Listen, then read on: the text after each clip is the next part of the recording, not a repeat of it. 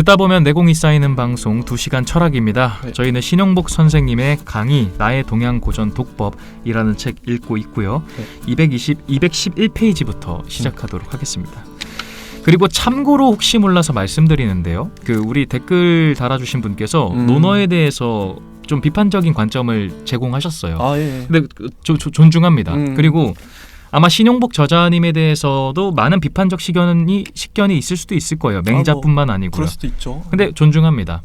대신 좀 아름다운 말 정도만 사용해서 같이 들어주시면 좋겠고, 네. 아까 말했던 것처럼 1부 때 말했던 것처럼 다양한 각도가 있는 거기 때문에 이데올로기라고 비판하면서 자신이 이데올로기가 아닌지 한번 점검해봤으면 좋겠어요. 모든 이에게 하는 말이고요.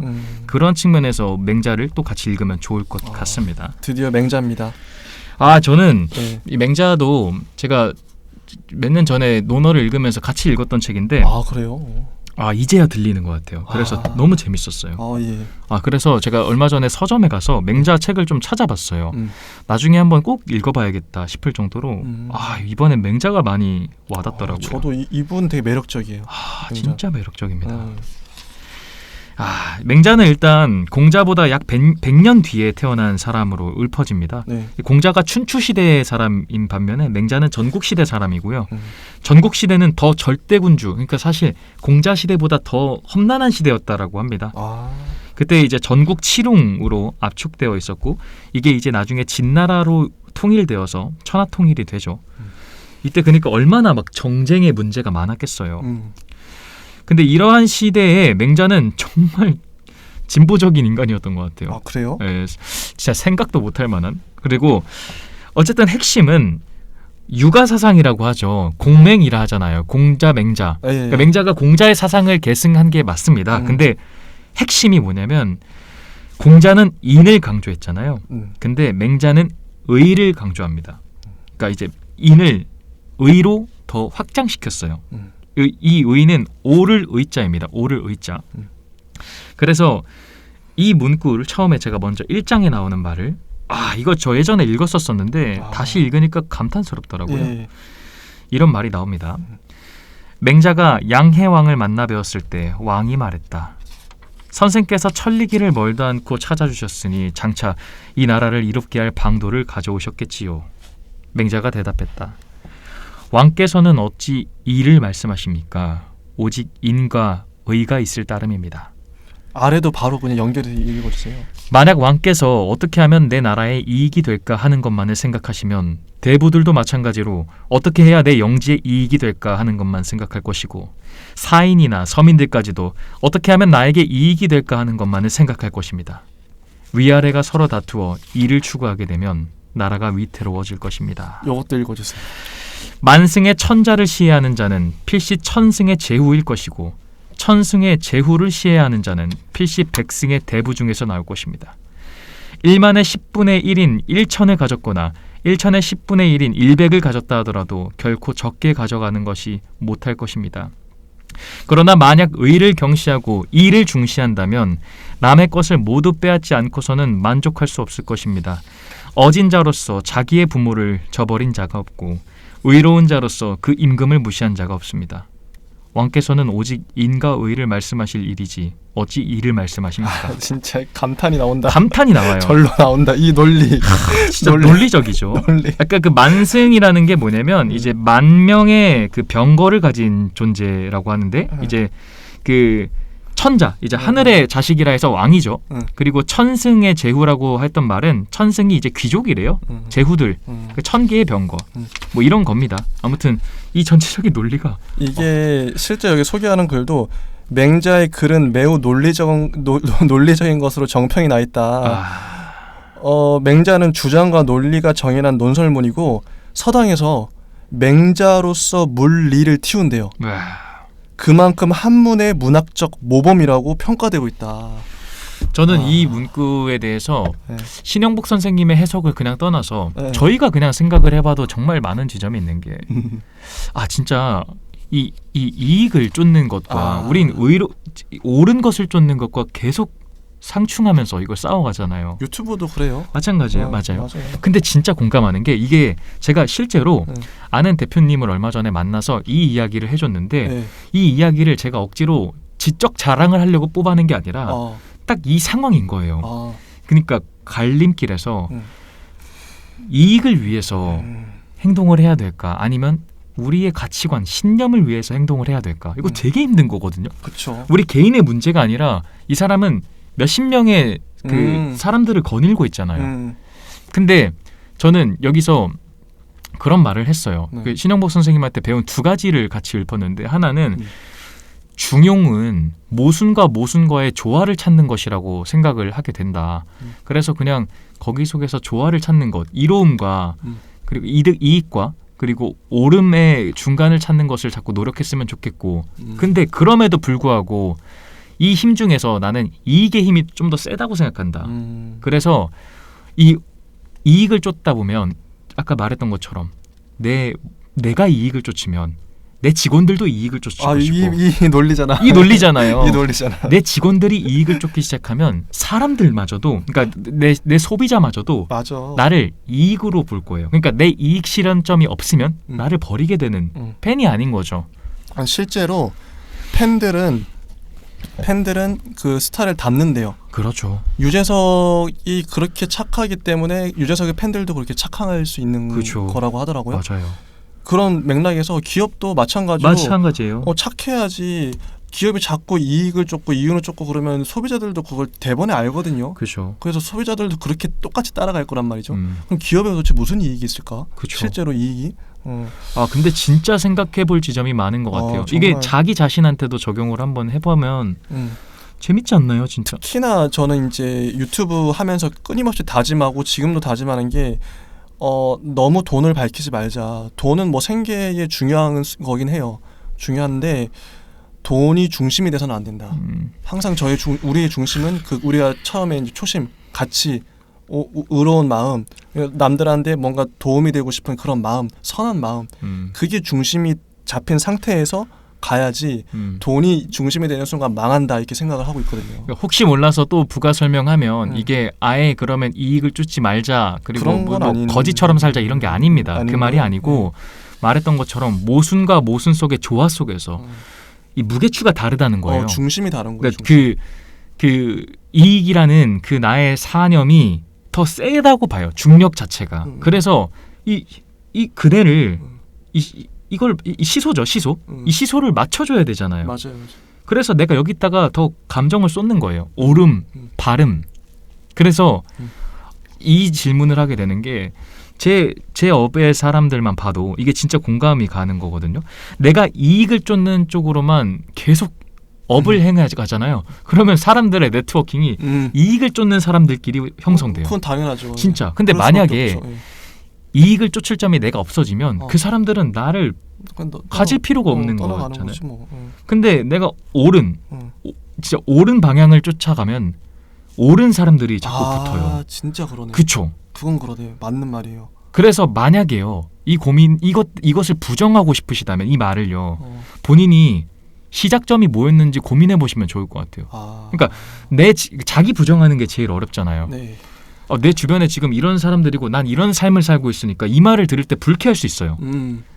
근데 그러면 시작점을 고민해 보셔야 돼요. 시작점을 너무 이익 중심적으로만 잡지 않았을까? 맞아. 그런 방향, 그런 각도가 생각해보면 좋지 않을까요? 저는 그렇게 생각합니다. 맞습니다. 네. 214쪽에 맹자는 학자와 사상가로서 뿐만 아니라 문장가와 문학가로서도 최고의 경지에 도달하고 있다. 장난 아닙니다. 이게 약간 서양 논리학과 완전 다른 할 말이 없는 느낌이잖아요. 여기 나온 또 어떠한 고전도 맹자만큼 힘차고 유려하고 논리 정연하고 심오한 뜻을 지니고 현재에도 그 내용이 여전히 타당하며 사람의 정신을 분발시키는 문장들로 가득한 것은 찾아보기 어렵다. 제가 그래서 한 가지만 더 설명하면 맹자를 공부하라고 하는 이유가 맹자는 제자백가의 사상을 다 공부할 수 있는 책이래요. 그래서 단 한 권의 고전을 택하려면 맹자를 읽어라라고 추천할 정도라고 완전 하는데 극찬이잖아 이거는.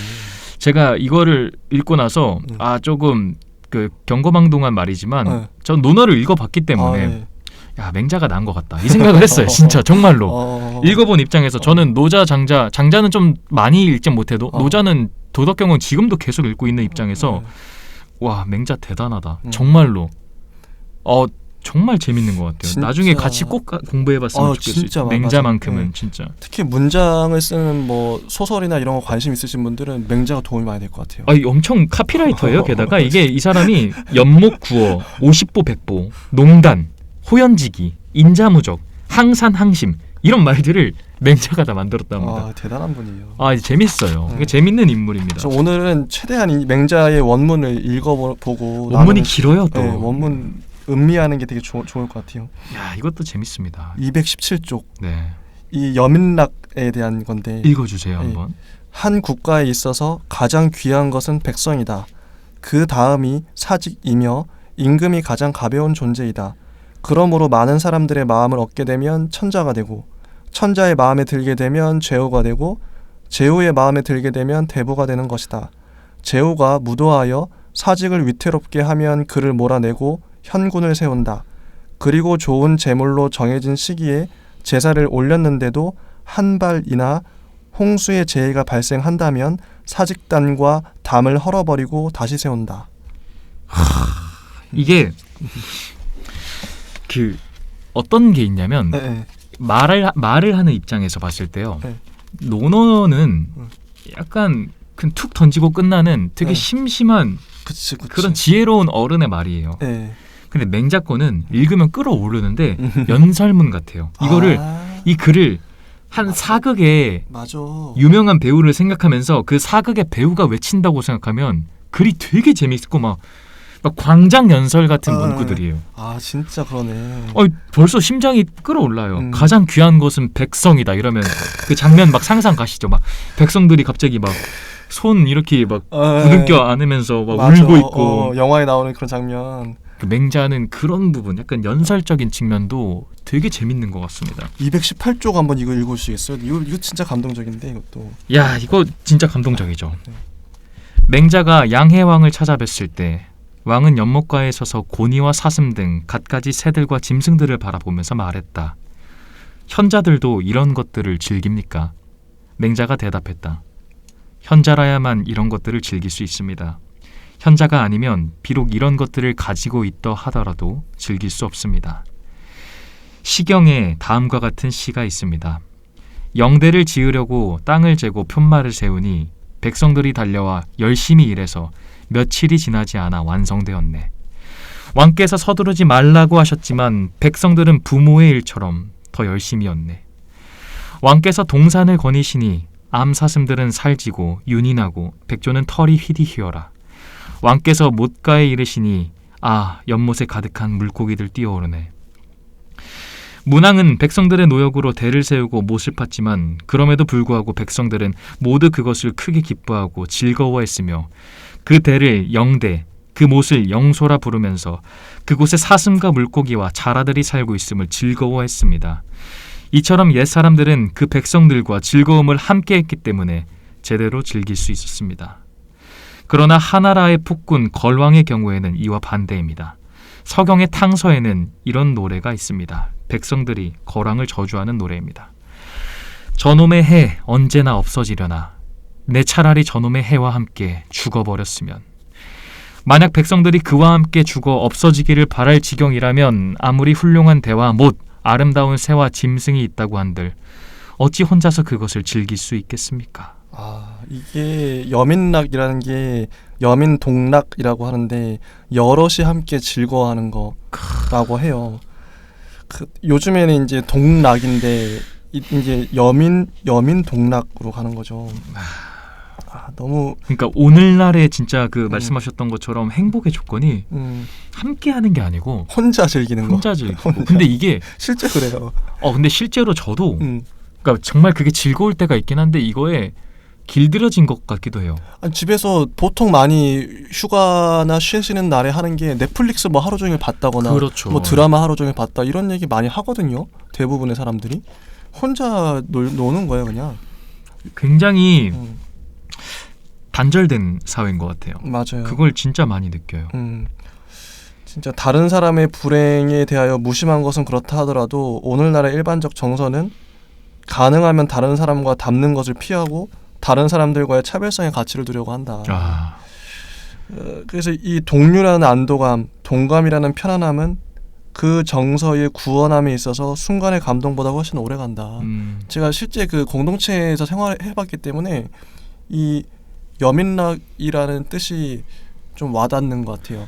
우리는 항상 공동체나 마을의 특징은 뭘 해도 항상 함께해요. 이사를 할 때도 마을의 형 누나들이 다 와가지고 같이 짐 들어주고. 근데 혼자 사는 분들을 생각해 보세요. 혼자 살면은 아저씨를 불러야 돼. 혼자 얼마나 서러워. 아플 때도 혼자 있으면 얼마나 서러워요. 근데 축제도 함께 마을에 있으면 항상 함께하고 마을 밥상에도 항상 마을 사람들 만나고. 이 실제 그 마을 분 중에 한 분은 아이 이름을 여민이라 지었어요. 이 여기서 따가지고 여민 백성들과 함께 한다. 야 여민이 너무 예쁘다. 그죠. 이름 좋죠. 실제 이 공부한 거에서 따서 지은 거예요. 야 이런 뜻이에요. 진짜 재밌네요. 여민이라는 이름 좋죠. 너무 괜찮은데요? 너무 예쁜 것 같아요. 공동체적인 이름이잖아요. 같이 이렇게 서버로 사는. 근데 이제 좀 이따 다른 맹자의 문장에도 나오겠지만 이 독립, 그러니까 여민락이 아니라 독립을 즐기는 이런 게 어떤 문제가 생기냐면 공감성이 단절이 돼서 맞아. 우리가 예전에 어떻게 저런 만행을 저지를 수가 있지? 그런 사건 많죠 요즘에. 그쵸. 저도 그게 떠오르더라고요. 그니까요. 최근에 뭐 PC방 사건도 그렇고 막 떠오르는 게 그게 진짜 많이 관계가 느껴요. 단절되고 혼자 고립돼 있기 때문에 다 벌어지는 일이거든요. 제가 아까 저희 일부 시간 때도 그 정치 이야기를 했는데 제가 아는 만큼만 또 말한다 했잖아요. 그러니까 지금 현재 우리나라가 갖고 있는 그 중국에 대한 혐오심이 장난 아닌 것 같아요. 근데 그것도 좀 그래. 그러니까 일단 제 입장 표명하면 저도 뭐 중국을 좋아하진 않습니다. 그러니까 저도 중국의 뭐 주석이던 그러니까 중국의 그런 관리들의 행태를 마음에 들어하는 게 아니고 솔직히 잘 몰라요. 그리고 근데 하나 확실하게 말할 수 있는 것은 무차별하게 혐오하는 것은 옛날에 2차 세계대전 때 전쟁 일으켰었던 종주국들과 뭐가 다르냐는 거예요. 맞아. 우리가 그거를 이렇게 반문하지 않고 나서는 이게 되게 우리 예전에 맞아. 그 역사 교과서에서 봤었던 똑같은 행태라고 있는 거예요. 그러면 예를 들어 그럼 중국 편드냐, 뭐 미국 편드냐 이렇게 하는 것도 이것도 아니고. 이데올로기에 갇혀가지고 그러니까 자기들이 이데올로기를 공격하면서 맞아. 이데올로기에 갇혀 있는 판도거든요. 네. 그러니까 딱 그냥 다시 한번 말하지만 맞아. 제가 왜 이 말을 하냐면 지금 모두가 독립된 삶을 살고 있기 때문에 그 다른 국가 간의 연결성도 다 단절시켜 버려서 이게 전쟁이 나기 딱 좋아요. 지금 코로나 사태가 또 그렇잖아요. 그렇죠. 다시 한번 말하지만 저도 반감이 있습니다. 근데 그것을 폭력 사태로 만들 만큼 남을 안 돼. 혐오하진 않아요. 그거 진짜 돌이켜봐야 된다 보거든요. 혐오라는 감정 자체가 제일 무서운 거고. 그렇죠. 그게 그 세계 대전 일어났을 때도 독일인들을 선동해서 그 혐오감이었죠. 이스라엘 사람들을 유태인들. 유태인들을 혐오하게 해서 그게 큰 이제 이슈가 됐었잖아요. 근데 역사 공부하신 분들은 아시겠지만 그거 누가 책임 안 집니다. 그렇게 혐오 조장해 놓고 그때 당시에는 쟤네는 진짜 벌레다 이렇게 했었던 사람들 책임 안 집니다. 그리고 나중에 다 본인들이 후회해요. 우리가 왜 그랬지? 내가 이런 짓을 했나? 참.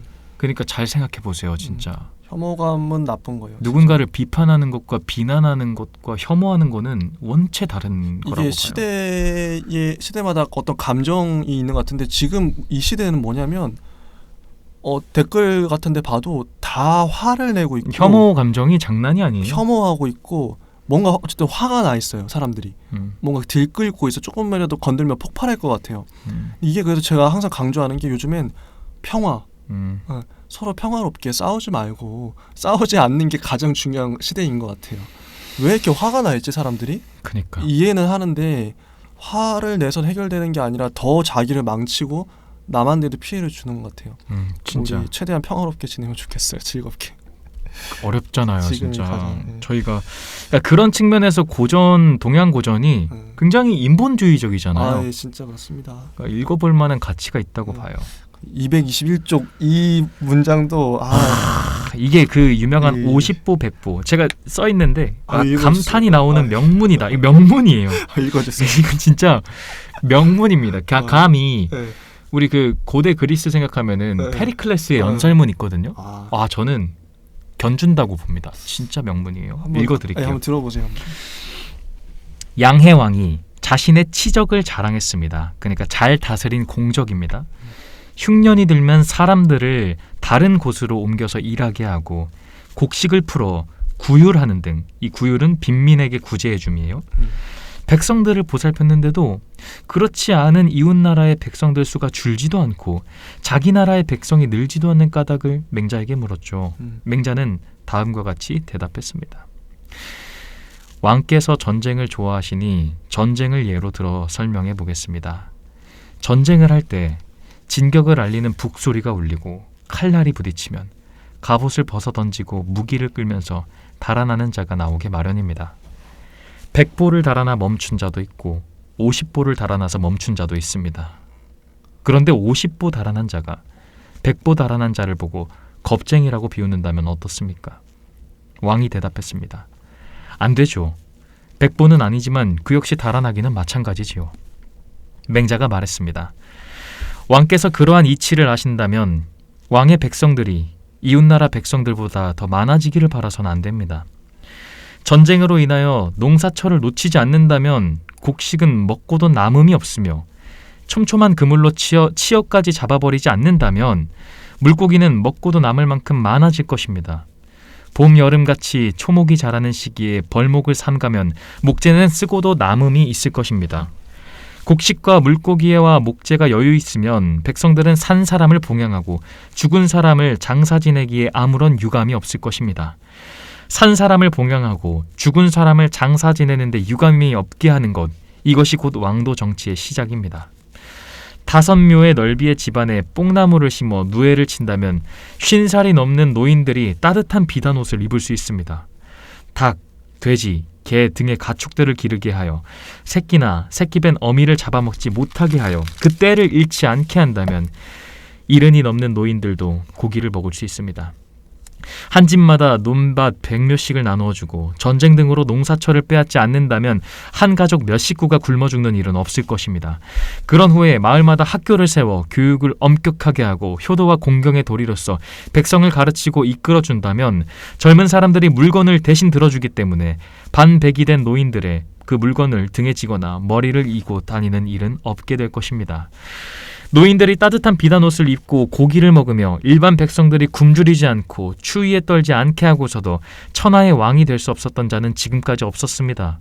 그러나 지금은 어떻습니까? 풍년이 들어 곡식이 흔한 해에는 개와 돼지가 사람들의 양식을 먹고 있는데도 나라에서는 이를 거두어 저장할 줄도 모르고 흉년에 굶어 죽은 시체가 길거리를 뒹굴고 있어도 곡식 창고를 열어 백성들을 구휼할 줄 모릅니다. 사람들이 죽어가는 것을 보고서도 이것은 내 탓이 아니라 흉년의 탓이다라고 합니다. 이렇게 말하는 것은 사람을 칼로 찔러 죽이고 이는 내가 죽인 것이 아니라 이 칼이 죽인 것이다 라고 말하는 것과 무엇이 다르겠습니까?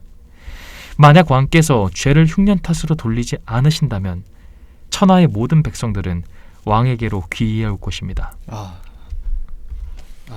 여기 나오는 그 설명이 문장의 간결함, 흐름의 유려함, 대비의 명쾌함, 한문 특유의 농축미가 서로 어울려 이루어내는 격조를 나로서는 생생하게 살려낼 방법이 없습니다. 이거는 부가 설명이 필요가 없어요. 읽고 그냥 이대로 느끼면 되는 것 같아요. 느끼면 되는 것 같아요. 너무 절묘한 문장이라 심장이 뛰는 네. 명문이에요. 절묘합니다, 진짜. 이 말들을 요즘 현대 말로 좀 바꿔서 번역하면 진짜 대단한 연설문이 나올 거예요. 저는 확신해요.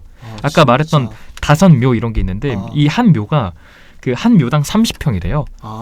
150평 정도의 뽕나무를 심어서 누에를 친다면 50살이 넘는 노인들이 따뜻한 비단옷을 입을 수가 있다는 겁니다. 그러니까 이런 것들도 다 해석해서 말하면 이거 장난 아닌 정말 연설문이거든요. 진짜. 너무 재밌었습니다. 좋습니다. 그리고 제가 224쪽에 여기도 문장이 좀 긴데 이거를 제가 한번 읽어볼게요. 이거 진짜 맹자의 핵심이죠. 이 문장도 명문이에요. 명문입니다. 진짜 저 이거 중고등학교 때 한자 시간에 배운 기억이 나요. 한번 읽어보겠습니다. 네, 부탁드립니다. 맹자가 말했습니다. 사람은 모두 남에게 차마 모질게 하지 못하는 마음을 가지고 있다. 선왕들은 이러한 마음을 가지고 있었기 때문에 차마 남에게 모질게 하지 못하는 정치를 하였던 것이다. 이처럼 차마 남에게 모질게 하지 못하는 마음을 가지고 차마 남에게 모질게 하지 못하는 정치를 한다면 천하를 다스리는 일은 마치 손바닥 위에 물건을 움직이는 것처럼 쉬울 것이다. 사람이 모두 남에게 차마 모질게 하지 못하는 마음을 가지고 있다고 말하는 이유는 다음과 같다. 가령 지금 어떤 사람이 어린아이가 우물에 빠지려고 하는 것을 보았다면 깜짝 놀라고 측은한 마음이 생길 것이다. 이러한 마음이 생기는 것은 그 어린아이의 부모와 사귀려고 하기 때문이 아니며 마을 사람이나 친구들로부터 칭찬을 듣기 위해서도 아니며 반대로 어린아이를 구해주지 않았다는 비난을 싫어해서도 아니다. 이로써 미뤄볼진대 측은해하는 마음이 없다면 사람이 아니며 부끄러워하는 마음이 없으면 사람이 아니며 사양하는 마음이 없으면 사람이 아니며 옳고 그름을 가리는 마음이 없다면 사람이 아니다. 측은해하는 마음은 인의 싹이고 부끄러워하는 마음은 의의 싹이며 사양하는 마음은 예의 싹이고 시비를 가리는 마음은 지혜의 싹이다. 사람에게 이 네 가지 싹이 있음은 마치 사람에게 사지가 있는 것과 같다. 이 네 가지 싹을 가지고 있으면서도 자기는 선을 행할 수 없다고 생각하는 사람은 자기 자신의 선한 본성을 해치는 자이고, 자기 임금은 선을 행할 수 없다고 생각하는 사람은 자기 임금을 해치는 자이다. 이 네 가지 싹을 가지고 있는 사람 누구나 그것을 키우고 확충시켜 나갈 줄 안다면 마치 막 타오르기 시작한 불꽃이나 막 솟아나기 시작한 샘물처럼 될 것이다. 그 싹을 확충시켜 나갈 수 있다면 그는 천하라도 능히 지킬 수 있고, 그것을 확충시켜 나가지 않는다면 자기 부모조차도 제대로 모실 수 없게 될 것이다. 야, 진짜 명문입니다. 진짜. 과연 나는 이런 글을 쓸 수 있을까 생각하게 되는 것 같아요. 진짜 절묘해요. 이게 그 유명한 사단이라고 하죠. 네. 사단 칠정 들어보셨을 텐데 이제 그 측은지심, 네. 수오지심, 그리고 사양지심, 시비지심이라고 하죠. 와. 근데 저는 진짜 이번에 알게 됐는데 네. 이 사단, 이걸 보통 성선설로 그 우리가 입혀서 맹자는 성선설을 주장한 사람이야. 맞아. 그리고 하는 바로 반문이 뭐냐면 맞아. 아니 근데 인간이 과연 선해? 이렇게 보통 싸우거든요. 맞아. 근데 제 본질은 맹자의 이 사단의 본질은 그게 아닌 것 같아요. 그러니까 성선설이라는 전제를 깔긴 했는데 맹자의 본질은 뭐냐? 사단의 확충이라고 봐요. 맞아. 그러니까 그 우리의 갖고 있는 측은지심, 수오지심, 사양지심, 시비지심이라는 것을 키워 나가는 게 중요한 거지. 맞아. 애시당초 인간은 너무나 다 착해가 아니라는 거죠. 네, 진짜 그렇다. 좀 화두 그러니까 포인트를 잘못 봤던 거죠, 대부분 사람들이. 그쵸. 맞아. 이게 연결 한 번만 할게요. 네. 왜냐하면 다음 장과 이어지는 거기 때문에 좋습니다. 그 다음 장을 빨리 읽고 그냥 저희가 내용에 국한하지 말고 저희의 느낀 점을 말해보죠. 아, 좋습니다. 그러니까 이런 말이 나옵니다. 그 맹자가 말했다. 화살을 만드는 사람이라고 하여 어찌 갑옷을 만드는 사람보다 불인하다고 할 수 있겠느냐만, 화살 만드는 사람은 자기가 만든 화살이 사람을 상하게 하지 못할까 봐 걱정하고, 갑옷을 만드는 사람은 자기가 만든 갑옷이 화살에 뚫려서 사람이 상할까 봐 걱정한다. 무당과 장인도 역시 그러하다. 무당은 당시 의사였기 때문에 사람의 병이 낫지 않을까를 걱정하고, 장인은 관을 만드는 사람이기 때문에 사람이 죽지 않아서 관이 팔리지 않을까 걱정한다. 그러므로 기술의 선택은 신중하지 않으면 안 된다. 공자께서 말씀하셨다. 인에 거하는 것이 아름답다. 스스로 택해서 인에 거하지 않는다면 어찌 그것을 지혜롭다고 할 수 있겠는가. 인이란 하늘이 내려준 벼슬이며 사람의 편안한 거처이다. 아무도 막는 사람이 없음에도 불구하고 인을 행하지 않는다면 그것은 지혜롭지 못할 것이다. 인을 행하지 않고 지혜롭지 못하며 무례하고 외롭지 못한 사람은 남의 부림을 받는다. 남의 부림을 받으면서 남의 부림을 받는 것을 부끄럽게 여기는 것은 마치 활 만드는 사람이 활 만드는 일을 부끄럽게 여기는 것과 같고, 화살 만드는 사람이 화살 만드는 일을 부끄럽게 여기는 것과 다름이 없다. 만약 그것을 부끄럽게 여긴다면 열심히 인을 행하는 것만 못하다. 인이라는 것은 활 쏘는 것과 같다. 활을 쏠 때는 자세를 바르게 한 후에 쏘는 법이다. 화살이 관역에 맞지 않으면 자기를 이긴 자를 원망할 것이 아니라 관역에 맞지 않은 까닭을 도리어 자기 자신에게 찾는다. 이런 문장들입니다. 이게 전체 같은 맥락이기 때문에요. 이게 어떤 게 또 있냐면 저희가 자유롭게 대화를 해보죠. 좋습니다. 보통 그러면 성선설이 있기 때문에 인간은 선한 것이냐라고 우리가 전제를 박아놓고 변동하지 않으려고 하는 생각을 하는데 아닙니다. 맹자가 여기서 했던 말은 인간은 사회화에 따라서 선해질 수도 있고 악해질 수 있다라고도 주장하는 바예요.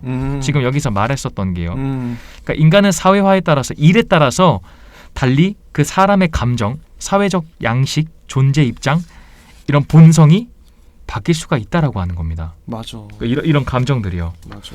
그러니까 우리가 보통 성선설과 성악설을 막 이렇게 대비시켜서 대립을 시켜서 싸우게 하는데 그러니까 애시당초 불변하는 입장으로 취하는 거는 저희 그 플라톤 이데아잖아요. 맞아요. 맞아요. 그렇게 해서 과연 좋은 해답이 나올까?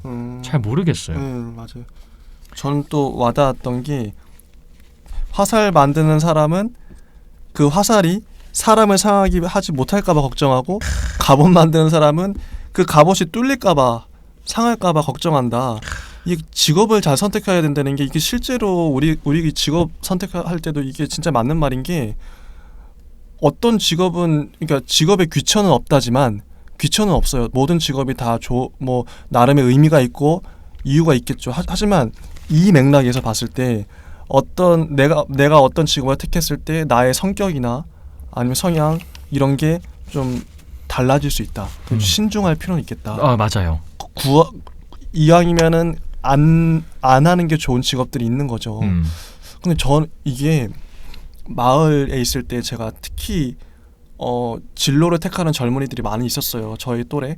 그럴 때 이제 형 누나들이 조언을 항상 해주는 게 그 장을 잘 선택해야 된다. 특히나 A와 B가 있을 때 A가 어떤 장에 가면은 더 좋을 수도 똑같은 직업이라 그래도 A한테 좋을 수 있는데 B한테 안 좋을 수 있어요. 그렇죠.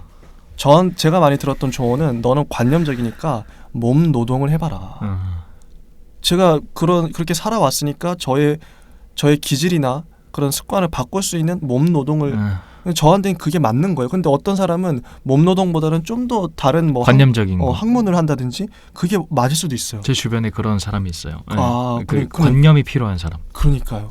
이게 사람마다 다른 거예요. 그래서 저희가 그 주역 때도 말했지만 자기 자리를 찾는 게 진짜 중요하다 봐요. 그러니까 자기 제가 또 그 내용을 정말 저번에 진짜. 그 내용을 한 번 더 음미해봤는데 진짜 70%의 힘을 써야 된다라 했잖아요. 진짜. 근데 그 전제에 하나 되게 중요한 게 필요한데 70%를 올바르게 사용할 수 있는 장을 찾는 게 중요하다 봐요. 그게 제일 중요한 것 진짜 같아요. 그래요. 그러니까 70%의 힘을 발휘하는 건 어디서든 사실 할 수가 있어요. 근데 제가 말하는 더 큰 의미는 뭐냐면 두 가지가 있어요.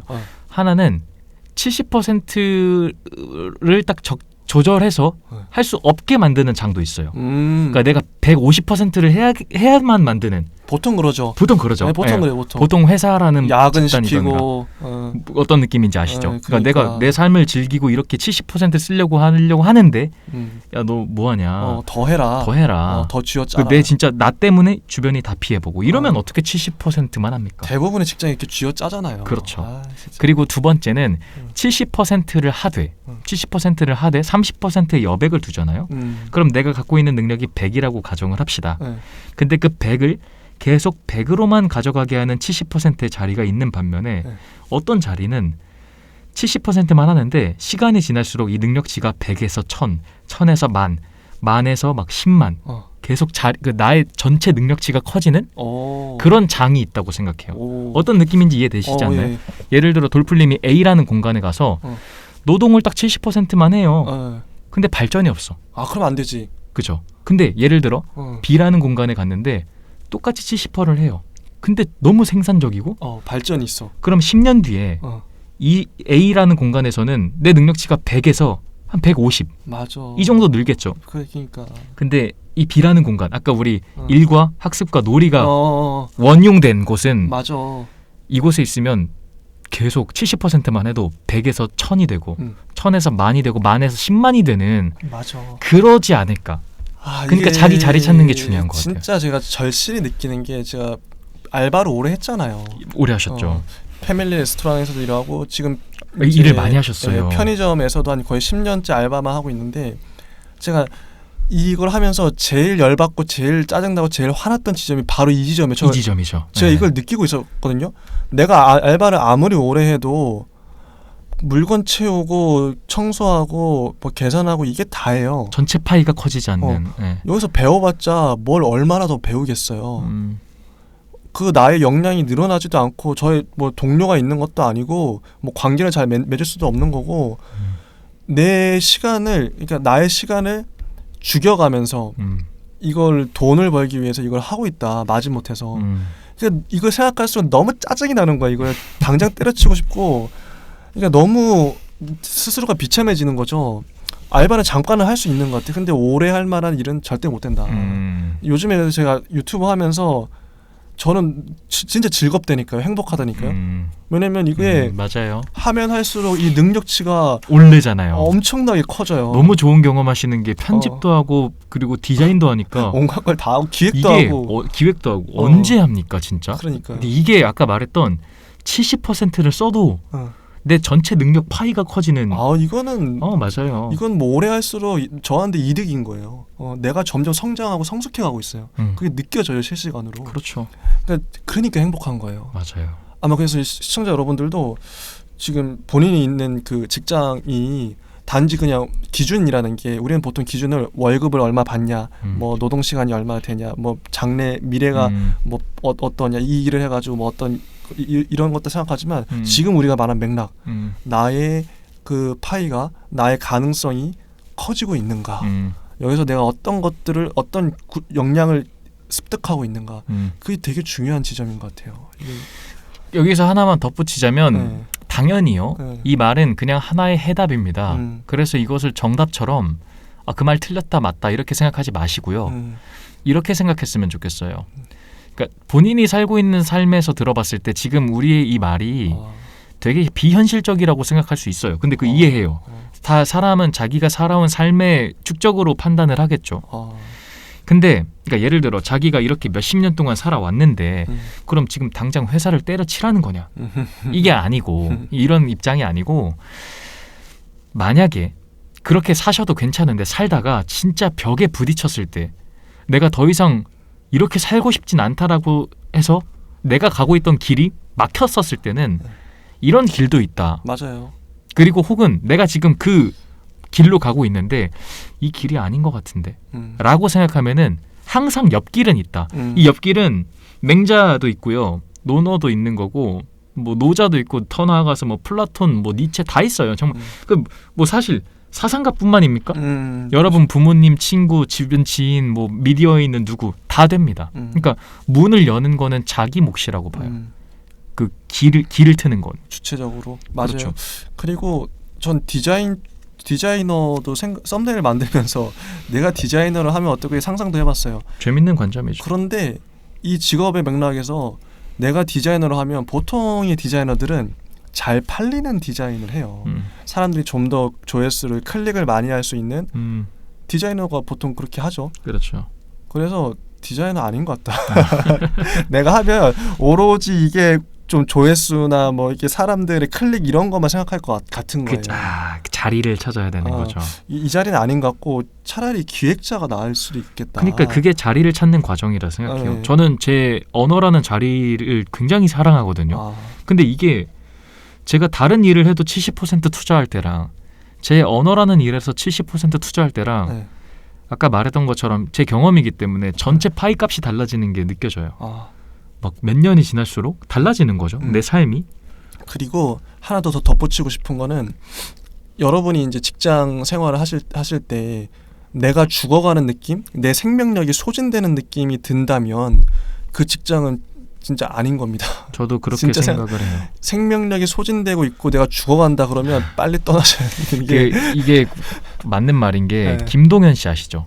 UFC 파이터. 예, 알죠. 그분 세계 UFC에서 6위 찍은 사람이에요. 대단하네요. 그러면 얼마나 신체적 그 강함 아. 그리고 정신력은 얼마나 강하겠어요. 진짜 얼마나. 그쵸. 근데 그분이 그 수많은 전적을 갖고 네.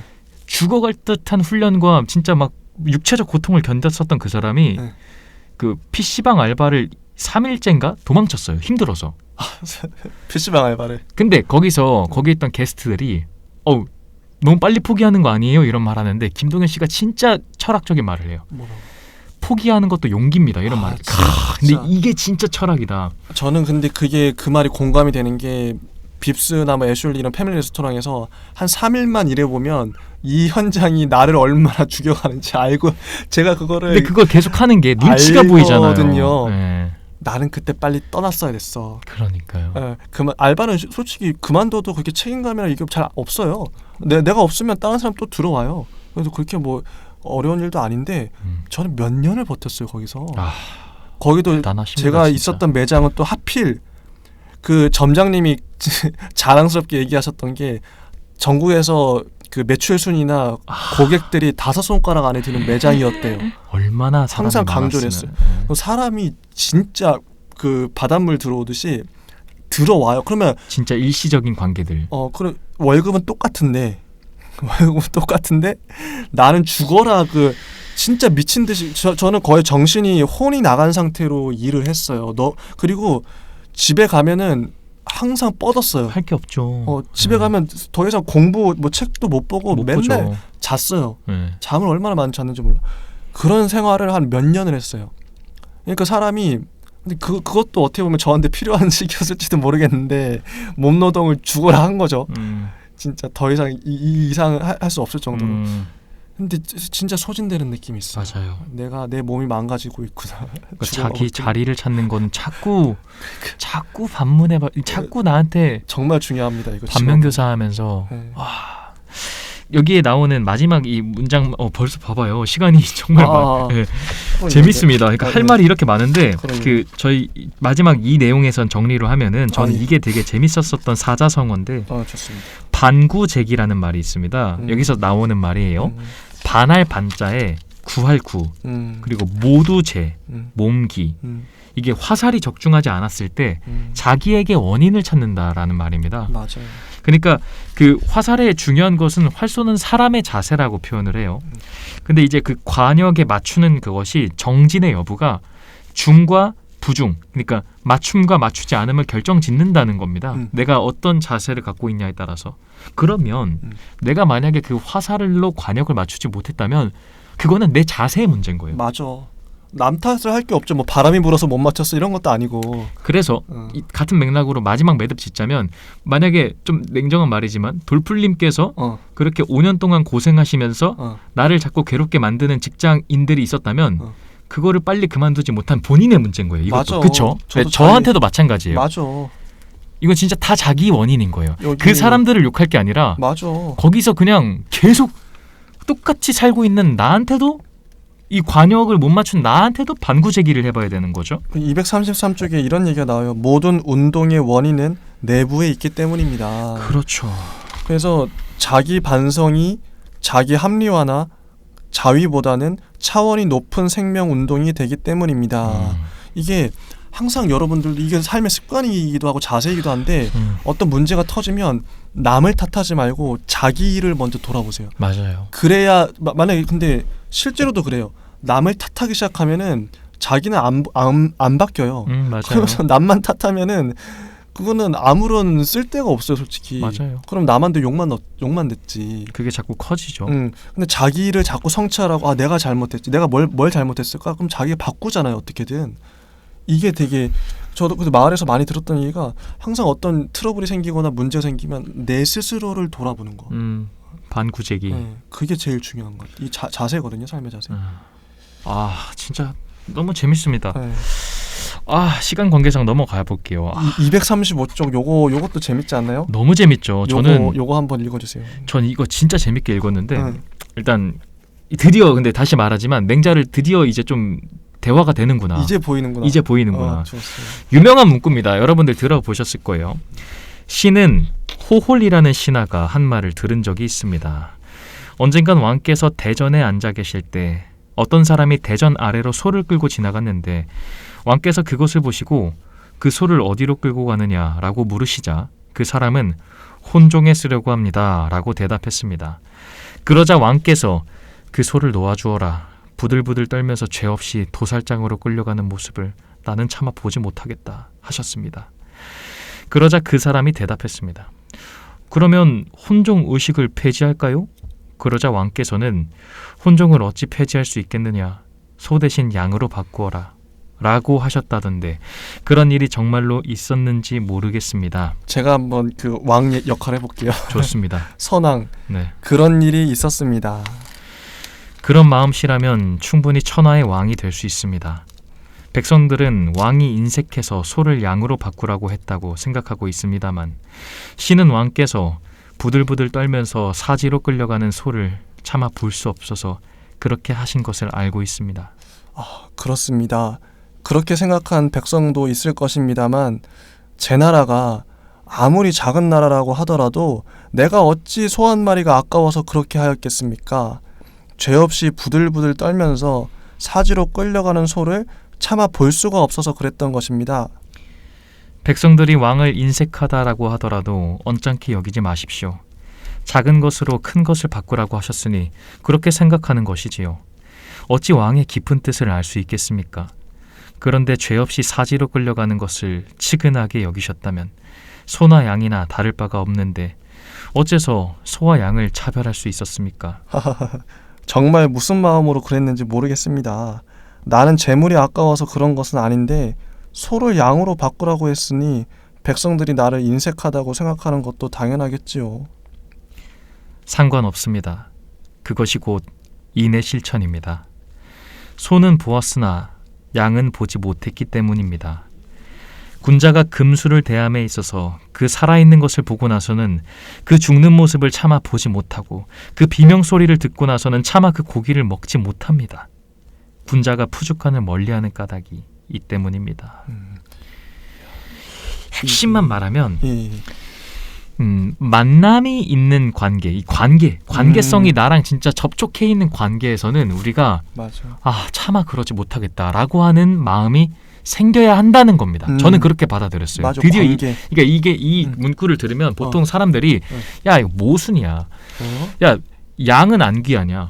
양도 생명이고 쟤도 생명이다. 맞아. 그러니까 우리 보통 막 돼지 안 드시려고 하는 분들한테 야 니 소 먹지.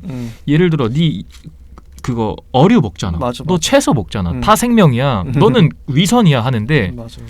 근데 그거는요. 이걸 보면서 느낀 건데 인간다운 사람이에요. 오히려 그런 사람 그렇게 뭐라도 선택적으로라도 본인들이 말하는 위선하는 사람들이 인간적인 사람이에요. 차마 내가 그러지 못하겠다. 그러니까 위선적입니다. 풀은 먹는 게 죄책감이 없지만 그 커다란 그 짐승인 돼지를 먹을 때 뭔가 죄책감이 드는 것 모순이죠. 모순 맞아요. 근데 그래도 인간이기 때문에 차마 못하겠다. 내가 쟤 죽는 걸 봤다. 맞아. 내가 죽는 거에서 내가 그 감정이 느껴지는데 어찌 먹냐. 이게 맹자가 하고 싶은 말이라고 전 핵심이라고 파악을 했어요. 맹자가 외치고 싶었던 것은 차마 그럴 수 없는 마음. 이 마음이 만약 인간에게 다 사라지면 맞아. 이때 진짜 혼란이 생긴다. 그래서요. 마지막 핵심 전 정리하고 마무리할게요. 지금 사회를 보면요. 네. 그러니까 좀 죄송스럽지만 전두환 씨 같은 분들이 왜 그랬을까 봐보면 차마 그럴 수 없는 마음이 없어지는 거예요. 맞아. 그러니까 우리 그때 그 글 봤지만 그 여대생들이 그 가슴이 정말 두부처럼 썰려 나가고 뭐 할머니 할아버지들을 그 개머리판으로 찍어 내리는데 우리가 그걸 보면서 차마 그럴 수 참 어떻다 이런 감정이 생기잖아. 사람이라면. 근데 무서운 거는 사람. 지금 맹자가 걱정했었던 사회가 된 것 같은데 우리가 이것을 자꾸 잊어버리고 맞아. 그러니까 관념화시킨 것처럼 야 돼지는 먹고 그건 왜 먹냐 이렇게 하는 것처럼 야 어차피 사람 다 죽잖아. 야 쟤네는 저렇게 했잖아. 이런 거.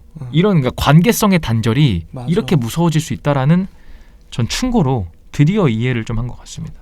239쪽에도 나는 사회의 본질은 인간관계의 지속성이라고 생각합니다. 그러니까 인간관계가 지속되지 않기 때문에 관계가 다 단절돼 있기 때문에 각각의 다 홀로 살아가잖아요. 그래서 모든 문제가 발생한다. 그래서 이러한 무관심과 냉담함, 이게 한마디로 자본주의 사회의 속성이라는 거죠. 도시는 자본주의의 역사적 존재 형식이다. 그래서 어떻게 하면 저는 그래서 이 관계성을 우리 채널의 앞으로 방향이랄까 이런 것도 생각하면서 어떻게 하면 사람과 사람 지금 다 분자화돼 있어요. 다 개별화돼 있어요. 그 사람들을 연결해주는 역할을 누군가 해야 되는데 우리가 그런 역할을 좀 감당할 수 있지 않을까 싶어요. 다 떨어져 있잖아요. 그렇죠. 그 어떻게 연결하지? 저한테는 좀 화두인 것 같아요. 이거 읽으면서 개인화되어 있는 사람들은 공동체로 어떻게 엮어주는 그런 이게 어떻게 보면 국가적으로도 할 일이기도 하고 그렇죠. 국가에서도 그렇죠. 어떻게 사람을 연결할 수 있을까? 관계가 없으니까 자꾸 범죄가 발생하고 다시 안 볼 사람이니까 부끄러움이 진짜 없는 공감해요. 거예요. 네. 계속 보는 사람이면 부끄러워서 못 하거든요. 함부로. 그러니까 이제 우리가 보통 민주주의 자본주의에 대해서 저는 민주주의 자본주의를 굉장히 좋아합니다. 이 사회에 살고 있는 걸 혜택으로 여기는 사람이에요. 예전에 왕권주의를 봤을 때 되게 불합리하다는 생각을 많이 하는 입장이고 저는 그리고 심지어 공산주의도 실패할 수밖에 없는 시스템이라 봐요. 그 취지가 어쨌든 간에. 근데 만약에 민주주의 자본주의를 살고 있는 이 상황 속에서 이 민주주의 자본주의에 대해서 비판조차 하지 않는다면 이건 또 부패된 권력이 돼요. 그쵸. 이 역사는 절대 변하지 않는 진리였어요. 그쵸. 자기 검열하지 않는 모든 시스템은 부패해야 하거든요. 그러니까 이 지금 우리가 자본주의에 대해서 이렇다 자본주의가 증폭시킨다라고 하는 말은 자본주의 청산하고 무슨 독재로 공산주의로 가자 이런 게 아니고 절대 아니고 검열을 하는 거죠. 내부 검열을 반구제기하는 거잖아요. 근데 그런 측면에서 봤을 때 저도 공감하는 게 맞아요. 자본주의 사회에서 확실히 단절시킨 것 같다는 아쉬움이 있어요. 이거를 들불님이 말씀하신 것처럼 좀 연결할 수 있는 사회가 되면 좋을 것 같아요. 맞아. 242쪽에도 지속적인 인간관계가 없는 상태에서는 어떠한 사회적 가치도 세울 수 없다고 생각합니다. 근데 진짜 정의, 사랑, 평화 이게 다 관계가 지속되기 때문에 가능한 가치들이거든요. 그렇죠. 근데 관계가 다 단절돼 있고 더 이상 안 볼 사람들이면 내가 저 사람을 왜 사랑해야 되지? 맞아요. 왜 평화롭게 지내야 되지? 모든 가치가 다 무너지는 거예요. 다 깨지는 거예요. 맞아요. 되게 지속적인 인간관계가 있어야 모든 가치가 살아남을 수 있다. 그렇죠. 이게 중요하다고 봅니다.